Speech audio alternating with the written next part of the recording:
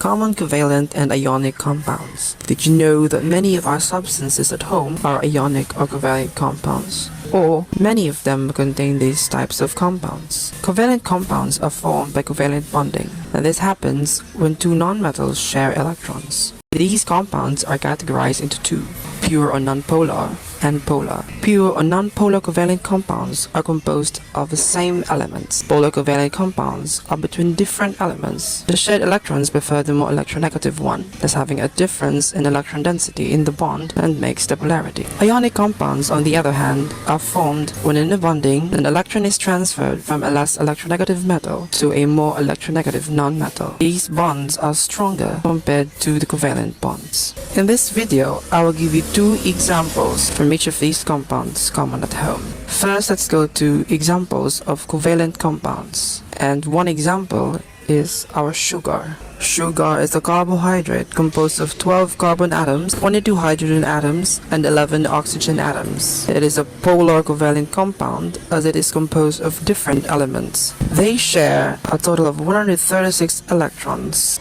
Another example of our covalent compound is LPG, or the liquefied petroleum gas, which we usually use for cooking and heating. It is composed of a mixture of a lot of hydrocarbon, mainly propane and butane, which are composed of different ratios of carbon and hydrogen linked together by covalent bonds.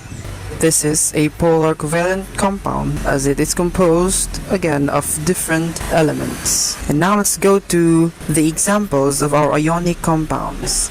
The first example comes from what we use every day to clean our teeth. The sodium fluoride is one of the most common ingredients in our toothpaste. Sodium fluoride is an inorganic ionic compound very similar to NaCl. Here, sodium gives one of its electrons to the more electronegative chlorine, thus forming the compound. For our last example, say if you are very fond of spicy and oily foods, your gastric glands releases high level of acid to digest that food, and it sometimes causes heartburn. Antacids, which are composed of a combination of two or more ionic compounds, helps neutralize this acid. For this tablet, it is composed of aluminum hydroxide and magnesium hydroxide. Here, the metal aluminum gives 3 of its electrons to the nonmetal, forming the bond. And that's it for our video. Thank you for watching.